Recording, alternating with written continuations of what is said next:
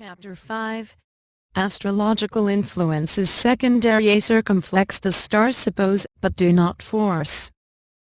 Our bodies are under constant influence from the particles emitted by celestial bodies. Changing the location of our planet on orbit around the Sun, as well as projections of the planets of the solar system on the nuclei. We speak about three giant celestial bodies, read further and passing by the planets through them streams of particles emitted by these nuclei, and thus having an impact on the quality of the radiation. All of this together creates in the atmosphere of our Earth a certain energy background. In different seasons, at different position of the Sun and planets in the sky, the quality of energy, electromagnetic, electric, field of the planet changes. And we all feel it by ourselves. And our bodies adapt. Hence differences in psychophysiological characteristics of people. Nuclei of the galaxy, supergalaxy and the central body affect us. Anyhow, because our star is generated by them, and their own part. However, astrological influences are still secondary. They create the preconditions for the development of the energy centers of our bodies. But we cannot fully explain human nature and all that happens to it only by this impact. Professional astronomers have understood it long ago and do not risk to give 100% forecasts using the well-known phrase, "Stars suppose, but do not force." Physiological characteristics of a person are subject to the individual himself. An idea is necessary to start, first, on the hereditary information that influences on the structure and development of the physical and astral bodies. A child grows and it occurs in a particular environment. Every moment hundreds and thousands of all kinds of external influences leave their marks on his, her, thin bodies, making changes. And the mental shell and the body of the soul are continually transformed. External visible and invisible effects can so cardinally affect a person in the course of his life, that he would be totally different from his parents.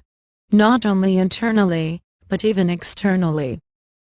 So when in the future you will read with delight the horoscope and will be based on these projections your life, remember that you are primarily the owners and masters of your destiny. And it's not an allegation. Stars affect, but do not govern. They create the background, mood. But the main tuner of your life is you. Currently astrology has become for many something like religion. The tool for studying the lives and characters. Many people, after reading a lot, or not, books on astrology, look at others and think that knowing their zodiac signs, can fully explain all their properties and features. Believe us, it is not. Percentage of accuracy of astrological predictions depends on many factors. We can trace it to the following regularities.